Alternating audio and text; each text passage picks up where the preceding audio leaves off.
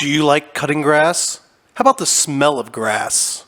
Today, we meet Luke with J&L Lawn and Landscape, and he tells you everything about what you need to know on property maintenance and getting your grass cut and looking the greatest it possibly can. Come on in.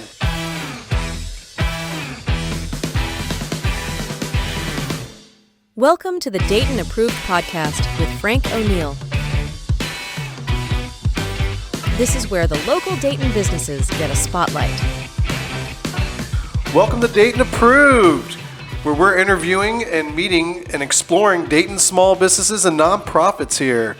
Today we've got Luke from J&L Lawn and Landscape. How are you doing today, Luke? Doing fantastic. That's great. I've known Luke for a little while now. What, about 10 years? At least 10, 12 years. Yeah. Wow. Time flies. That's pretty wild. So we got Luke here. He does lawn and landscaping. He's had a little bit of an evolution in the process of his business from when he started to where he is now. And we'll get into that in a little bit. But let's just talk about a little bit what you do for your mission statement. Like what is the main core mission for J&L? I would say it's a couple things, but the simplest way to say it would be that we want to improve landscapes and enrich lives. And we do that through superior customer service and just really making people's lives better, giving them their weekends back. Some core values that we have in our company, we have a company acronym we call CARE, C-A-R-E, and where the C stands for competence, the A stands for awareness, the R stands for respect, and the E stands for excellence. Okay. And we try to employ those values in everything that we do. Yeah, no, I love the whole acronym thing. I should probably do something like that too. That's great. Got a big board up in the middle of our lot that everybody can look constant up and see. Reminder every day. Constant reminder, yep. Now, I know you said originally, you've said this before, you wanted to be Dayton's landscaper of choice. Dayton's landscaper of choice. That's our mission. Yeah. Yeah, I emphasize that because I screwed that up earlier. That's our internal mission. Our external mission is to improve landscapes and enrich lives. Our internal mission is to be the landscaper of choice for Dayton. That's awesome. That's awesome. So now, so tell us a little bit about that. I mean, I believe you said your communication is way different, or your communication, I shouldn't say is way different, but you do that with communication. And explain, to everyone what you mean by communication. Yeah, so I think in our industry, communication is generally very lacking. We get a lot of reports from prospects and existing clients who tell us that they chose us because we answered the phone. Yeah. When they call, we took care of it. Right. When there's an issue, it's resolved. So we communicate quickly. We try to turn phone calls around within 24 business hours, same with emails. We just try to be very responsive. We know that people lead very busy lives, and the last thing they need is to be haggling with their landscaper over a gate that got left open or an area that got missed or anything like that. Right. So we just try to be very responsive and communicative and improve their life in that way. Yeah, no, that's good. That's key. I mean, communication I've always felt is very key. And it's nice. It's almost like a breath of fresh air that a business is really considering the communication aspect. I think we all know how nice it is when you call a business and they actually answer the phone. Yeah, yeah. And you don't get a recording or a robot of some sort. You don't have to go through the lists of, for this, press 1, for this. Right. So you're telling me if they call J&L, they're not going to get somebody in Cambodia answering the phone? Nope. They'll get a very sweet sounding lady named Joy on the other side. There you go. Well, that leads us right to your story. So how did you even get into landscaping? Like, what was the whole process? Like, let's start where you're originally from and how it all started. So I'm from a small town south of Pittsburgh, Pennsylvania. Grew up there until I was about 12 years old. And ever since I was a young boy, I just loved being around equipment. I loved engines and things that made noise. And every time I'd see my dad cutting the grass, I just couldn't wait till it was my turn to cut the grass because it just looked like way too much fun. You're waiting for him to pass the baton down. Yeah, I was waiting, and I'm sure he was very excited about me taking over that responsibility too. But I just loved it. I played with erector sets a lot, and I'd build lawnmowers out of erector sets, and I just loved it. So my dad started me off on the string trimmer, so I learned how to string trim first, and that got me all excited to use the lawnmower. So I started cutting the grass, and then I wanted to make money doing it. My neighbor let me cut his grass for the first time, and I made $5, and I just thought that was the best thing ever. Yeah. You were hooked. You're like, all right, I'm ready to make $5. I was ready to buy some stuff. So that I guess that just really sparked the interest for me, and I don't know how else to describe it. I think it's just always been a passion of mine. Something that is so simple for most people, to me, it was just, I couldn't imagine doing anything else. Yeah. Now, I remember you were saying you even love the smell of grass. I love the smell of cut grass. Yeah. So you're the type of guy that would go to Yankee Candle and be like, give me that grass candle. I want the one that smells like fresh cut lawn. Yeah. I was wondering who that guy was. Yeah. After you mow a lawn, you can just smell that fresh cut grass in the middle of a summer day. It's just a great experience. Yeah. Now, how many siblings you have? I remember you said you had quite a large family. I am the second of 13 siblings, yes. Yeah. So I have 12 siblings. That's amazing. That's just something you don't hear of. No, often. it's not very common. In fact, I think I looked it up. I think we're in the 0.01 percentile of American families. Well, at least you're doing your job. I mean, a lot of people are just having one kid. No kids. Yeah, which is frightening because you got to have two for replacements. That's 2.1 is to maintain, 2.3 is to grow. Yes. Yep. So it's just interesting how my parents did their part, and my wife and I are working on doing our part too. Yes. Well, that's good. That's good. So, and I remember you were saying your wife's got a. My wife is also from 13. Yes. Yeah. Yep. So it's like you got that's massive families. Yeah. You get this family get together going. Family reunions are big. Yeah. Yep. Very big. It's exciting. That's good. That's good. Well, that brings you to your schooling. So you met a buddy. This is how you started. So we started the business when my family moved to Ohio we moved to Dayton from Pittsburgh, and we through church met this other family. We were homeschooling, and we met this other homeschool family, and they had a boy that was my age, and he and I quickly became friends. His name was Jonathan Hartzell, and he had an interest in mowing lawns through high school so that he could save up for college. And I kind of had the same aspiration too. I wasn't really sure what I wanted to do at the time. I was young, and I really enjoyed the cutting grass thing, but wasn't sure if I'd want to move on to something like engineering was very interesting to me. I thought I might become a mechanical engineer. So anyway, we started cutting grass together. We started a small business in the summertime. We called it J&L Lawn Service, Jonathan and Luke. Yeah. That's how we got started with the name. And it was just a summertime gig. We mowed a few lawns, started very small. Neither of us could even drive when we started. His older sister had to drive us around in his parents' 1986 Buick station wagon. Wow! So you guys didn't have a truck when you started. We didn't have landscaping. anything. Yeah, we had a couple Sears Craftsman push mowers, and a good old station wagon, and an old and a station chauffeur. Wagon. Technically, we had we paid her like $5 a day, I think, to chauffeur us around. And she would do her homework in the car while we cut grass. Wow. So that's how we got started. I think we started our first year, I think we had like 8 or 10, 12 lawns we mowed or something like that as 14 and 15-year-olds. Yeah. And then over the years, we picked up more and more customers. And after 4 years, he went on to college. And I bought his side of the business out. It wasn't a lot at the time. I was 17, but bought out his half of the business. He went on to college, and I kept going with the business. Yeah. Wow. That's cool. Now, I know that you, when we met, right before we met, you actually had a little Mexico trip planned. Yes. So this was in 2010, I believe. Yes, it was 2010. So I met and married my wife. We got married in 2008. At the time, the business was still relatively small. It was me and 2 or 3 other guys, mostly my brothers. I have a lot of brothers, so they were of course, yes, as we know, easy hires. Yeah. And trust, we got trust there. That's too. right, yeah, and they did good work. So they were, they appreciated it. I appreciated it. But my wife and I were feeling very strongly that we should be involved in missions work, particularly with children.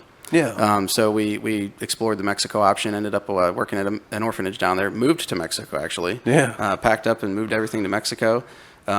That was a very interesting and character building experience. Yes. Very grateful to see the American flag when we came back across the border. Yes. I love the Mexican people. I really do. They're sweet people, but there's nothing like the good old U.S. of A. Yes, nothing like home. Nothing like home. Nope. And we do things so much better here, and I'm not afraid to say that. Oh yeah, we do. I mean, freedom isn't free. That's what I always say. So Nope. No, I was saying. I really agree. I think people after high school really should have that experience. They should, where it's, yeah. Even if it's only 2 weeks, just go somewhere, check it out, and then you gotta leave to be able to appreciate. Appreciate what you and have. if you don't leave, you'll never appreciate it. Yep. I remember when I left Dayton, and it was only for a year in Savannah, and I came back and I was like, wow, Dayton is actually really, really cool. It is. We got everything we need. It's very economical. It's great to run or raise a family. Yep. And there's all sorts of people. Yeah. And you can't really, it really is the melting pot. It's the heart of the United States. It really is. Yeah. I think Dayton represents everything that's good about a small city in America. Yeah. We've got good opportunities. There's growth opportunities, a variety of ethnicities, business opportunities. We have it all. Yeah, it's good people. I mean, I can't say enough positive things here about Dayton. But you got to leave to come back to really appreciate it. That is absolutely the case. Yes, that is the truth. So yeah, I mean, after that, after Mexico, then you said you were running the business for a little while. Yeah. So after we got back from Mexico, we decided not to continue to pursue missions as a career, and we kind of had to refocus, regroup, and decide what we wanted to do. And at that time, I decided kind of really amped it up. Yeah. Up to that point, we had been kind of. It was kind of just like a side hustle that we were doing full time. Yeah. And I was at a crossroads where I was either going to decide to become very official, do it the right way, get the licensing, get all the business paperwork taken care of, just become official. Yeah. So in 2011 is when we really got the LLC, got all the proper licensing paperwork with the state and everything done, so that I felt like we were legit. Yeah. And then I felt like after that we were an actual recognized real business that could really do business. Right. And that's when we started learning about like payroll taxes. And I realized I couldn't just pay my brother's cash under the table. That wasn't going to work forever. Yeah. So we started learning that there's this thing called payroll tax. Right. And that made us had to rethink our pricing structure. Yeah. Because we weren't making any money. Right. But we were doing good work, and I think a big testament to how we grew was just the fact that people could count on us to always do a good job.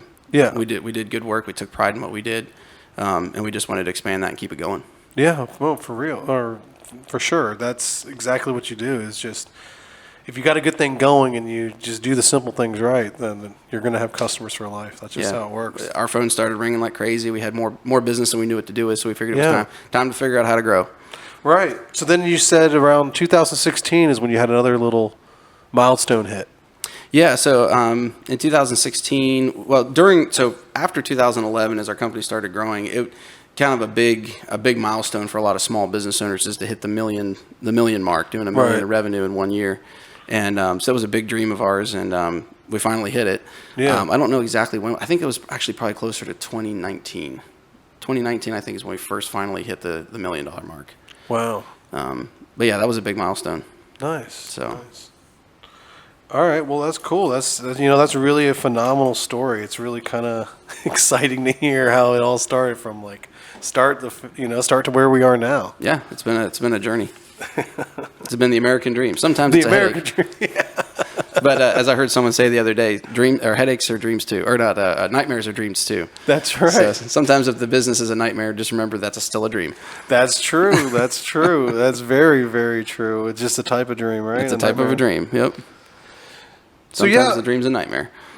So some of the things that you've done with the local economy, I know that you've got a bunch of local suppliers that you use to help accomplish this dream, as we were saying. Yep.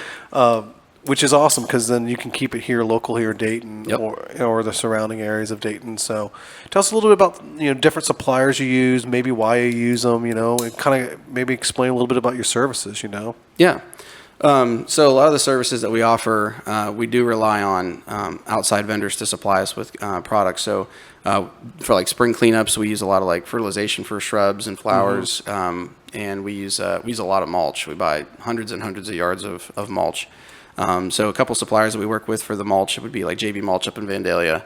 They've been very excellent at delivering our mulch over the years. We use the Mulch Man. They're a local supplier that we use just around the corner from us. They have mulch and rock products for stone mulch that we put in for beds. Just one of the benefits of being in a city our size is we have everything close by. So we order almost nothing in. We have everything we need at our fingertips. So local nurseries, Brown and Sons up in Phillipsburg for plant stock. Siebenthalers is a big Dayton staple. We use them for a lot of plants. Ohio Nursery Exchange up in New Carlisle supplies us with a lot of our plants.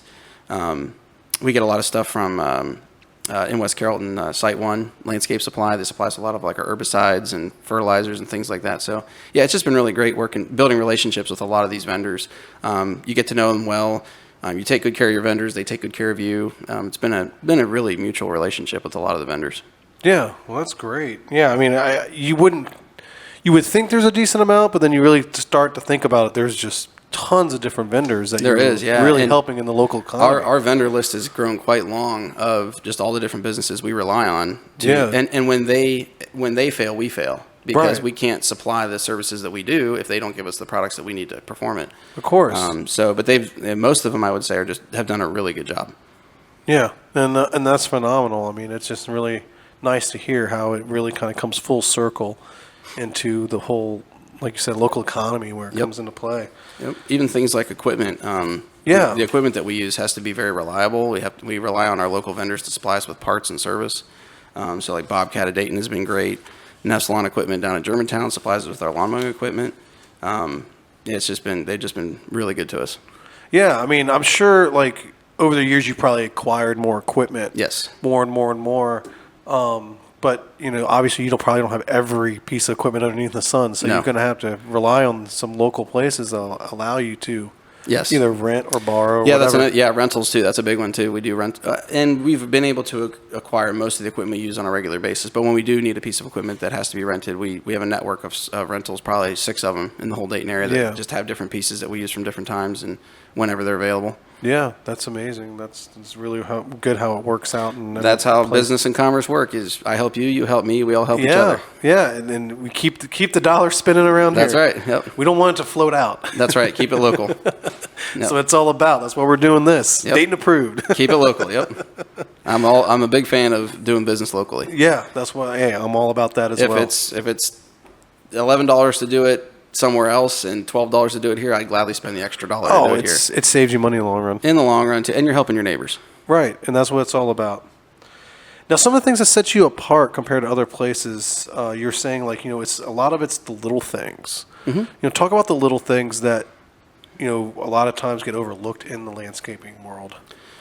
I think one of the biggest things we touched on it earlier is just simple communication. That's huge. Communication really is huge. It really is. It's hard to underestimate how important that is. Not just in business, but in personal too. Let's be real. Yeah, I mean marriage, family. We all know how important communication is, but in business especially. So we all get frustrated when we call a business and we have to get an answering machine.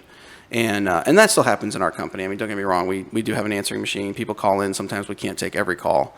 Right. But if we can't take your call, we want to call you back as quickly as possible because you're paying our bills. Yeah. We can't do what we do without you as the client. So we value client interaction. We know that when you call in, it's because we have something that you need.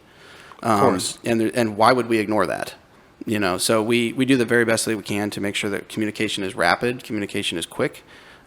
We have someone staffed who answers the phone during all the hours of the day. Well, business hours. Right. If you call in, we do the best we can to answer every phone call. That's a big one. We also try to pay attention to little things, like if your lawn is being mowed and we notice that there's a newspaper sitting on the driveway, take it up and put it on the side. Yeah, common courtesy. Yeah, put it on the front porch. If your trash can's been emptied out and it's sitting on the curb there, roll it back up to the garage. Just little things like that we try to notice just to go above and beyond. Do a little bit extra. If you're on a property and doing a landscape project and there's, a shrub that's out of control that needs to be trimmed, the client didn't necessarily ask you to do it, but you can tell it needs done, just go ahead and do it. Just take care of them. Don't need to make it. You don't need to make $5 on everything. Right. Just take care of people. And that's the code that we try to live by. Yeah. I mean, it kind of comes down to your own personal core values and beliefs where, you learned a long time ago. So you're just actually executing them. Do unto others as you would have them do unto you. Yeah. It's really very simple. It's very simple. And it preaches easy. It lives hard. But when you actually do live that way, people start to notice. Yeah, of course they do. And it's interesting how it should be the way, but it's so not the way that people notice because it's become so foreign. It is, yeah. It's wild. Yeah. Just don't look out for yourself. Look out for other people. Exactly. Now, some of the other things, too, is like, the design process of maybe some big projects. Like an example, maybe like a patio project or a deck project or something of that nature. I don't know why I said deck. You guys don't really do decks. But, we outsource that. You do hardscapes down. I know, yes. I know you do stone patios. So, just the design process of talking to the customer and then coming together. Yep. Talk about how that's a little bit different too. So, so usually the way it works is the client reaches out with hey, I have a project that I'm thinking about getting done. I need some input. I need some advice. And I have some ideas that I'd like to throw your way and see what you think. So the first step would be we do a consultation, and consultations are free. Yeah. We do charge for designs, but the consultation is free. So we usually get with the client, we talk about what it is that they want done, what's their vision, and then we take our knowledge of the industry and we merge that with their vision to come up with what we feel like is the best plan. Something that will both, enhance and improve their outdoor experience, but also fit their budget. Right. So that's the first step. And then once we do the design, we submit the design, we make the necessary changes. There's always a couple things that they want to maybe do a little different or add something in. And then once that's completed, they sign it off, we get the job scheduled, and we execute it from there. Yeah. And we try to do the best we can for clear communication and hassle-free as much as possible throughout the process. Landscaping can be very varied. There's a lot of things variables we're dealing with, like weather and supply issues and things, labor and staffing shortages. Yeah. But we do the best we can to make it a seamless process as much as possible. Yeah, no, and it sounds good because when you have these processes in play that aren't like too overwhelming or too hard, user-friendly is what I call it, then you can really achieve what your ultimate goal is. You said was, affordable quality outcome. Yep. And I love that. An affordable quality outcome. Yes, I love that. That's such a great statement because that's what this economy needs. That's what this economy wants. And that's what people want. People are getting tired of everything being so expensive and not being as good as they remember it being. Absolutely. And that is a whole nother conversation. That's a whole different discussion. We'll talk a little bit about it later. But no, that's cool. I'm glad that you have a design process. So you can do things like that. So, what are other things that you do? I guess right now would be a good time. Let's talk about different services you provide. I know we talked briefly, but what are some more services you provide? The hardscape, softscape would be your design build. So it's patios and completely new landscape installations. We also can take an existing landscape and do an enhancement. So there may be old bushes to remove and new shrubs to put in, flowers. We do tree removal as well on a limited basis. We don't like to do a whole lot of trees, but we do get into tree removal. Brush clearing, weed control. Those are two big services that we get into as well. Really just anything that's related to the care and upkeep of your outdoor space. Right. No, that's good. I mean, so you don't just cut grass. We don't just cut grass. We do a lot of grass. Grass mowing is probably our largest service segment of all the things that we do as a single service segment. But we do a lot of landscape enhancement, design build, and we do a lot of other things besides just cutting grass. So anything related to the care of and maintenance of your landscaping, that's in our wheelhouse. Nice. So that gets us to some recent successes and whatnot. So why don't you tell us about some recent successes that you've had? I know you got a nice excavator was a kind of a success. I guess not super recent, but for a lot of milestones that you've hit. For a lot of young and aspiring landscapers, having an excavator is like the dream tool. Yeah. Like everyone has a skid steer, but not everybody has an excavator. So we finally got to the point where we were renting one so much that it didn't make sense to continue to rent one all the time. So we decided to actually end up buying one. That was exciting. Yeah. Buying a brand new excavator, that was a big deal. So we use that for a lot of our cleanup projects, brush removal, stump removal, drainage projects. It's been very, very handy for those. That's been pretty exciting. That's good. And even before the excavator, we got our first skid steer because we were getting to the point where we were buying so much mulch that we didn't want to have to go to nurseries and supply centers to buy it because it was so expensive. Right. The volume we were going through. So we wanted to start buying in bulk so we could get a better price. But then now we had to have a way to load it into our truck. So we're hand loading all this mulch every morning to take to job sites. So we realized, okay, we need to buy a skid steer to load this stuff. So that was a big lifesaver. My employees were very grateful when I got sounds like it. Steer. Yeah, so. I could just imagine every day. Oh, we got a first hour of the day. We got to load first hour of the day, we're loaded. Yeah, they hated it. And so some guys always like, well, we're going to quit if you don't get us a skid steer. And I'm like, I don't blame you. Yeah. I'd be saying the same thing if I was you.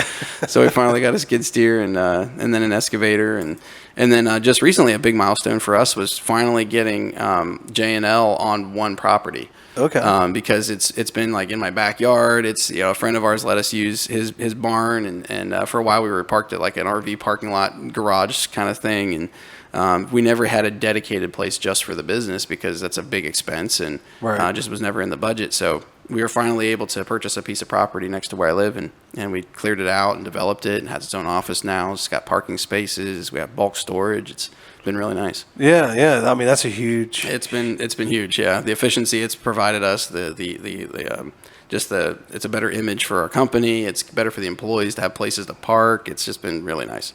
That's good. That's great. Now, I know you also had a pretty big contract that you recently acquired We with did. the Dayton Mall. We did. We picked up the Dayton Mall. We've been taking care of it for the last couple of years.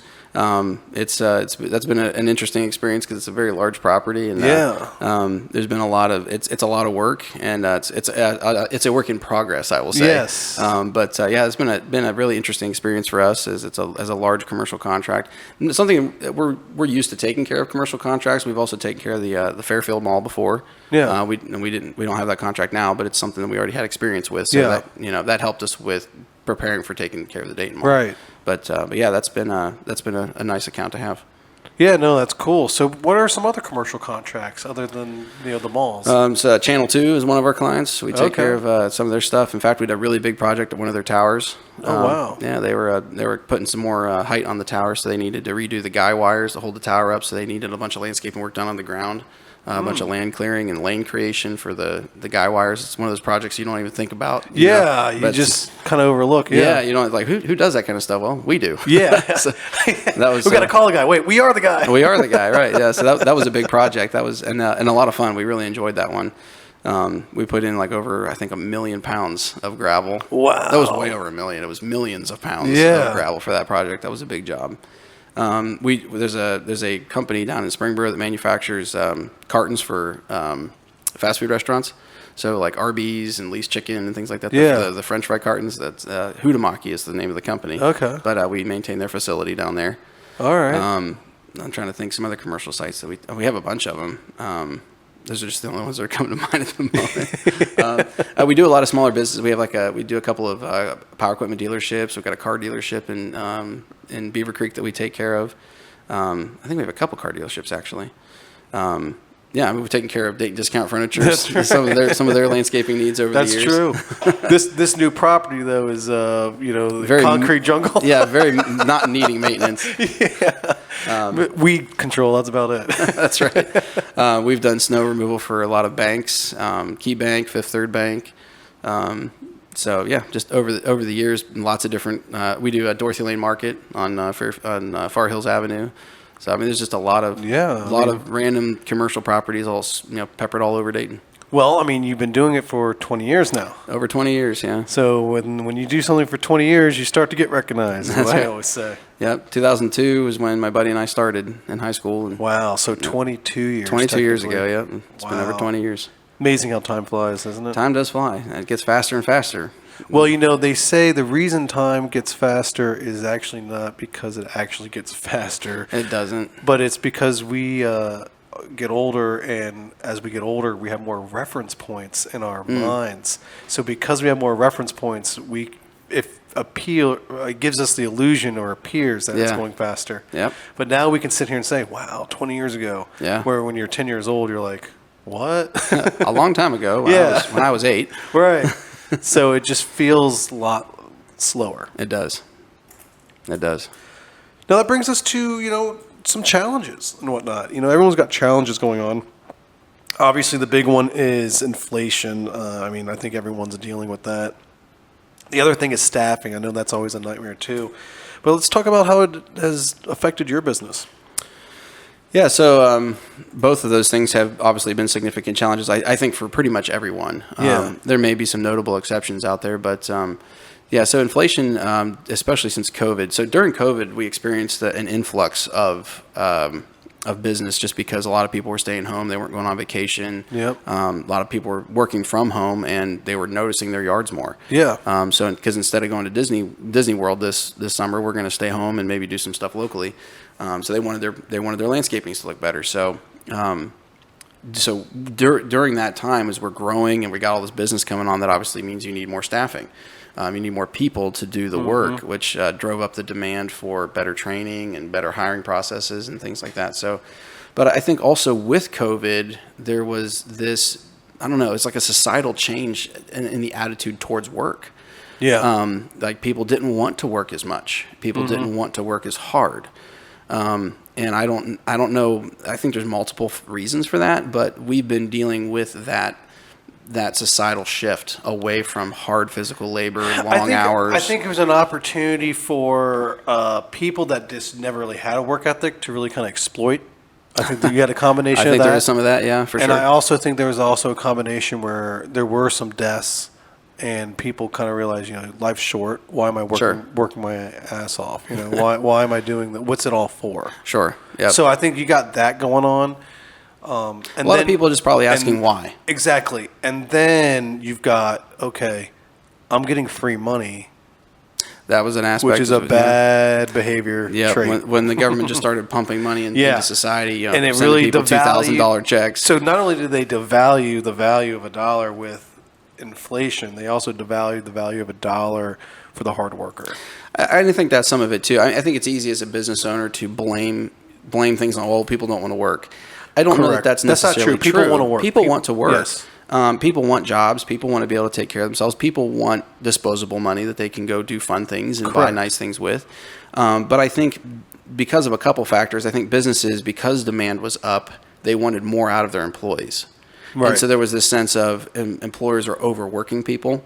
And so that kind of discourages the worker. And the value of the dollar going down means your dollar that you're working harder for doesn't stretch as far. So I think those two factors really caused a lot of disillusionment with the American worker, which has made hiring more of a challenge. For sure. I mean, you got to get more creative. You got to do 401k plans. You got to do all these benefits. Lots of benefits and healthcare, everything. They want it all now. And there's only so much. Paid time off. What time? Paid time off. Paid time off. Yeah. When do I get that? That's one of the benefits that we offer at J&L's paid time off. But I think to a large degree, it's forced employers to rethink the hiring process and who we hire. Right. We don't just hire we were in a stage where we were just hiring people because they were able to work. And now we're looking more at, we're kind of taking a step back and looking more at who are we going to hire who is really going to be a contributor to our organization. Right. That really kind of brings us to a different point here a little bit later, but, like you're saying, but we can go ahead and talk about it now. It's more like self-growth, like what is going on with the business. What do we want in our business? Do we want, we've seen the good employees. We've seen the bad employees. How do we get more good employees? What are our core values? What are our principles? Which really kind of comes down to is, how do I build and maintain a culture that's healthy for us and for our employees? That's correct. Yeah, that's absolutely where we're at right now as a company is looking back over the last 20 years, looking back at the COVID era and taking all that information and saying, where do we go from here? Right. How are we going to brand ourselves? Who are we? Who are we as a company? And what are we going to mean, not just to our clients, but also to the people who work for us? Right. What does working at J&L mean for me as a J&L employee? And why would I work for J&L versus anywhere else? And is this where I want to build my career? J&L versus the world. That's right. There's lots of landscapers in Dayton. Why work for J&L? Right. And I think that's something that we are working really hard at defining what that is. And I think we have found a lot of success in the things that we do, and we have set ourselves apart. We really do care about the people that work for us. We really do, and I think they feel that. Yeah, I mean, there's a certain amount of for example, we talked earlier before the show about, I got a Cadillac. And I like Cadillacs because it's American made. Well, I also like it because it is in my opinion, the best American made brand out there. And if you go to buy a Cadillac, they'll sit there and they'll straight up tell you, you try to start doing comparisons and all that. And they're like, but we're Cadillac. So but we're Cadillac. Yeah. So there is no other Cadillac. Nope. And that's the one and only. Yeah, and that's the power of the brand, right? Yes. So it's like you can sit here and say, I might work at this other landscape company, but it's like, but you won't be with us. Right. We're the cream of the crop. We're the best. We have the, not only are you working on the best landscape company, you're also going to have the best culture. Yes. We're going to be dealing with people that are, I don't know, maybe it is a situation where it's like, okay, all these people are drug tested, where other companies are just going to hire anybody chuck in a truck, right? Yeah. That failed. So, right. I'm just pinpointing little examples. So it's like how we're going to, because then you really change. Yep. Those are all And have things. a power Those are in all numbers. things that we consider at our company. Of course. And like one of a move we made recently, just as early as last year, is we are a smoke-free company. Yeah. It doesn't mean that the people can't be smokers, but they're just not going to smoke at our company. They're not going to smoke on our clients' properties. They're not going to smoke on the clock. They're not going to smoke on the clock. And that's, I think that means a lot to a client when we send employees to their house and we're not throwing cigarette butts on the ground. Right. And a lot of companies won't enforce that. Yeah. To us, it's a safety risk. It's a health risk, and it's just not something that we want to do. We want to present a better image for our clients. I mean, why would you want to leave trash?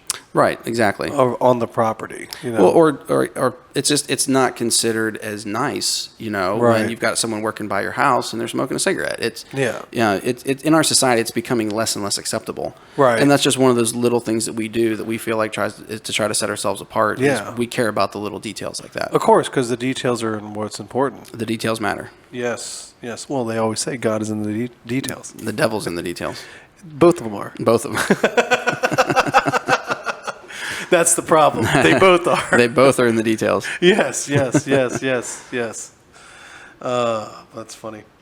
So, I mean, it's not just inflation. It's not just about trying to find good people and staffing, though. It's also, everything is just getting a little harder. It has, yes. Yeah. The business environment has definitely gotten more difficult. Just the whole process. The process, yeah. The process that we have to go through to sell a job is more difficult than it was pre-COVID. 2019, you would sell a job, people signed right up. You would go to one supplier who had everything that you needed, and now there's a lot more phone calling, waiting for return phone calls. Suppliers are out of stock of a lot of things. People are busier than they were before now, so they're not as available to answer their phone or answer the email, both clients and vendors. It's harder than it was. It's definitely become a lot more challenging, and we're looking for ways to try to mitigate some of that. Yeah, no, I mean, that makes complete sense. I mean, I feel the pressure too. It's just, prices obviously are one aspect of things going up, but then it's just kind of like people are like, yeah, take it or leave it. Right. It's going to be there. It's going to be there when it gets there. Right. It's like, well, I need it tomorrow. Is that possible? Yeah. And they're like, I don't know, maybe. Yeah, maybe. It's like, what? Yeah. So, I mean, I get that, and I also understand that you got that Amazon Jeff Bezos mentality too, where it is like, I need it 2 days, yeah, right? Everyone's so used to just pushing a button to have it now. So then people think that is how it works everywhere, and like in my industry, it used to be before, even now, I mean, they're working on it, but before, like when I first got into it, when we met, and it's around when I started, the average was 3 to 4 months. Wow. That's a long time. 3 to 4 months. And then custom stuff, 6 months. Oh, yeah, easily. So the fact that, that was the norm then. Yeah. And I was crushing it by being able to get stuff same day or within a week or two. Yeah, that was fast. Is insane. That changed the whole dynamic. Now everyone can do that. Sure. But now people are kind of pushing towards that 2 day. And I'm like, unless you've got it in your backyard. Yeah. Or in my, unless I got it in my warehouse, you're not getting it in 2 days. No, it's hard. It's hard to hit those kinds of standards now. Right. It's just really interesting how all these expectations come into play. Well, I think because people are spending more for things than they used to before, goods and services are more expensive. That drives the expectation up. Right. And that puts a lot of pressure on us as business owners to try to meet the client's expectations. Because let's face it, we're not just simply in business to make money. We're in business because we have a passion for what we do, and we love taking care of people, and we love making people happy. Yeah. So we try really, really hard to do that, but we are somewhat limited by what we're able to get our hands on. Right. I mean, the expectation is made somewhere, though. So, like, a lot of people do point the finger at, Bezos or whatever, and I would say, yeah, he's got a lot of blame, but at the same time, as an entrepreneur and a capitalist society, someone would say, all Jeff Bezos is doing is raising the bar for everyone. He really is. I mean, he is. And totally he's a live example. Yes, and he is. That's where the free market really kind of comes into play. Yep. So he just took an expectation everyone always really secretly wanted and said, I'm doing it. And he did it, and he made a ton of money doing it. He totally did, yeah. He found a way to get it good, get it fast, and get it cheap. Yeah. And he's probably the first person who ever figured that out, and that's why he's so rich. Yeah. Ungodly rich, right? Yeah. Or totally next level. So, but yeah, I mean, it's just, so it's not like it's not about how do we dumb it down. It's like, how do we find players or suppliers that are willing to kind of meet these new expectations? And it's interesting because we're in a big transition right now, because you got people that are just like sitting and hoping and praying, waiting for things to go back to normal, which is never going to happen. Never going to happen. And then you've got other people that are just like, they're doing the opposite. They're just like driving newer, bigger, and better expectations. So I notice in my industry, there's such a tour. There is. They've said that 50% of small business furniture businesses, that's what I do, 50% of small business owners will be gone by the end of 2024. 50%. 50%? Yeah. Wow. Now, if you know anything about 50% is depression numbers. Oh, yeah, that's for huge. Sure. So it'll be interesting to see if that actually comes through. I don't know. In my industry, I've seen a lot of guys come and go. Yeah. It's just doing business, no matter what economy you're in, business is a challenge. Correct. And it's a risk, and it's a reason a lot of people don't do it. So hats off to those who actually stick it out. Well, yeah, I mean, absolutely. I mean, that kind of gets us to about, small businesses. I mean, like you said, you've been doing it for 20 years, and like you said, a lot come and go. So the rule of thumb is you take 10 businesses. Yep. And 1 year, you got one left. Yep. That's how it works. That's how it works. Then you take that one. In the next 5 years. Yeah, well, it's actually, you take that one, and then you take that, so, there's one, and then you take that back 10 years, actually, they say, and then out of that, only one's going to survive. Yeah. So, out of the 10 that survived the first year. So you really only have a 1% chance of surviving the first 10 years. That's correct. Which is insane. That's insane. And here you are, year 20. Which is probably even smaller. 20 years in, yep. And I always thought that 10-year rule was bonkers. I was like, no way. Then I started seeing it. Yeah. And it's like, it's interesting because people get to year 7, year 8, and I'm like, why are you throwing the towel in now? And they're just like, burnout. And I'm like, burnout?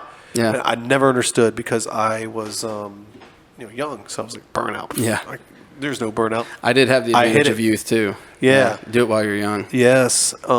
And I felt it, burnout. I was like, "Holy crap! This is a real thing. I got to figure out how to get over this because this is killing me." It is, yeah. Burnout will definitely kill you. Yeah, it's like, how do you get out of it?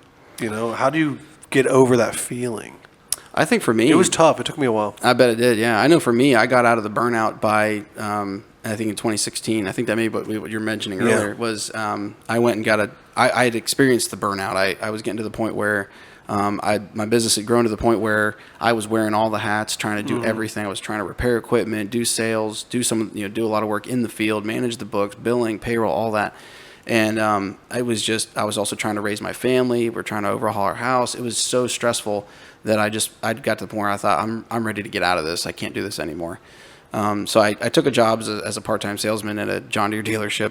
Because I'm familiar with equipment, and I thought it was and sales, and I thought it was something I could dabble with. And I kept the business running on the side while I went and explored other options. And I think that experience is what I needed to give me the fresh perspective of just how much I did enjoy being a business owner. Right, how good you had it. How good I did. Kind of like Mexico. It's interesting. Like you got to do a little Sometimes reset. you need those resets to see how good you actually do have it, and then it's through those experiences you get that little more. You get a fresh wind in your sails to keep going. Yeah, and I don't think there's anything wrong with that as long as done in a healthy way. Yeah, as long as you're not walking over people and stepping on people and pushing people aside to do it. Yeah, or hurting people, hurting other people's feelings, or doing that. And we got in a whole long discussion about that too. There's certain ways of doing that. Right? Yes, there is. Well, let's talk about some other networking groups and stuff that you were in. Like what are some other things you're doing that is involved with getting with way to grow your business? I know you said, you did a little BNI. That's where we actually That's met. where we met. Yeah, we met in BNI. Yep. But you got this one peer group. You said it's called Simple Growth? Simple Growth, yeah. Over the years, I love networking, and I love networking mostly one-on-one. So I love meeting with other business professionals, vendors. We go out to lunch. You and I, we do that kind of stuff. We really kind of kept like a yearly lunch, I would say. We did, yeah. We kept we kept in touch on a professional and friendship level, and I like doing that with other business professionals. It's fun to just hear their experience. I grow so much and learn so much from what other people have done. And I really enjoy hearing their experiences. So a lot of one-on-one networking, BNI. I was in a very small business peer group that we kind of outgrew that one. And now I'm currently in one called Simple Growth. It's managed by a guy who's in our industry, and he coaches other business professionals specifically in landscaping. So that's a network of, 20 or 30 guys. Yeah. So that's what I'm in currently. But, we email and phone back and forth and just cry on each other's shoulders or help pick each other up when we're feeling down, and so that's that camaraderie. The camaraderie, you have to have it. You do. It gets very lonely at the top when you're in business. It's very true, and I never really understood that until the end. And it's like, even us when we talk, it's like we can talk about things, but we can't with other people. No, only business owners can understand other business owners. We're in that secret society, that club, and it's... I imagine it's probably how like nurses feel when they talk to other nurses. Yeah. Like, you just don't understand what a medical professional goes through at a hospital unless you've been there and done it. Or even officers or cops or firefighters, or soldiers. Yeah. Who've been in battle. There's a brotherhood that's built because you have similar experiences. Right. So it's you have to have it. You have to have that network of people that you can lean on for support. Yeah, and then you got to also have the willingness to listen to for them. Yep. Always have a growth mentality. Exactly. Stay humble, stay hungry. Exactly. Stay humble, stay hungry. That is very true. That's very true. I love that. I absolutely love that statement. So, that pretty much wraps us up on the story and everything, unless you got something on your story that you wanted to add or whatnot. It's just been an amazing experience. I feel like I'm living the American dream. Yeah, you feel like you're living your dream. I'm living my dream and the American dream, really. Yeah. Those who think that the American dream is just so easy, it is not. I'm grateful that we live in a country that affords us the opportunities to just build something from nothing. Yeah. I guess the best I can say is that I've lived it, and I'm still living it, and I would encourage anybody to go for it. Like, if you have a dream, go chase it. Yeah. Be grateful that we still live in a country that allows you. Those freedoms may not always be here. Right. But right now, and it's getting harder, I would say. It's getting harder and harder, but we still do live in a country where if you want to make something of yourself, the opportunities are there for you. Yeah, I think the starting points are getting harder. They are. And that's what's scary about the barrier of entry keeps getting higher. Yeah. But it's still there, and I think we should encourage that and support each other in that. Absolutely, and that's what I'm all about. That's what we're all about here. So, well, that's cool, Luke. So tell us about how to get a hold of you. What's the best way? So we have a website. It's jnllandscape.com. You can email us from that website. You can find our phone number from that website. Phoning us, as we talked about earlier, is a great way to get a hold of us. We communicate well through phone. Right. We communicate well through email as well. You can fill out forms on our website. You can make requests straight from our website, and it comes straight to our inbox. And so what's the phone number that you like to use? It's 937-422-0422. All right, good. We'll make Easy to remember. Yes. 422-0422. There you go. All right, we'll definitely make sure that we get that up on the video when you're saying that. And you want to leave us with any positive words of wisdom, here at the end? I know that you said you had a couple of things you like to say. Yeah, something if I had a megaphone and I could just say something to society, it wouldn't even be about landscaping. Honestly, it would be about parenting. Right. The next generation that is coming up and taking these job positions that so many businesses have available, business owners are struggling to find people who have character. Yeah. They're struggling to find people who have integrity and who are honest. People who won't lie, people who won't, just do things to cover themselves. They're looking out for the person next to them. Those characteristics are becoming less and less prevalent. And guys like me we're looking for good kids who are looking to build a career, to stick with a job. We want to take good care of people. But character is so missing from today's youth. And I would if I could tell parents, hey, please stop chasing the almighty dollar and love your kids. Yeah. Love your kids enough to instill in them the values that grandma and grandpa had. Right. Hard work, good ethic, standing by your word, doing what you say, saying what you do. The basics. The basics of just, being a good, decent human being and a productive member of society. Teach your kids how to stay out of debt. Teach your kids how to spend their money wisely. Teach them how to take care of their car. Just build responsibility into your kids so that when they go get a job, they're doing a good job where they are. And these employers, if they notice, and they will, they'll take good care of them. Always. And you'll be setting your kids on a path to success for the rest of their life. Yeah. And small businesses like us will really benefit from having a workforce that's disciplined.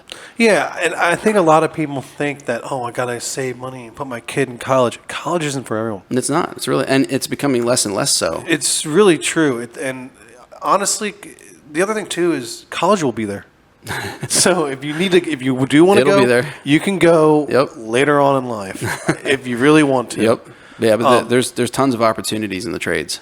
Yeah. And there really is, and a lot of growth opportunity, a lot of money being able to be made. Yep. And it's not just, working on your back either. It's also using your mind. That's correct. Yep. And there's advancement opportunities. Even, like you may start in the field, but you could work yourself up into a management position. Of course. You can be a crew leader. You can move from crew leader to being an estimator. You can move from estimator to being a manager. Yeah. Move from being a manager to CEO. I mean, Right. You just keep working your way up through and just be consistent through that process. And, you can make something of yourself. Yeah, absolutely. And, management's huge. It is. As an entrepreneur, I can sit here and tell you, I'm the worst manager. So I'd love to have a good manager. Yes, management is a skill. Yes. A very valuable skill.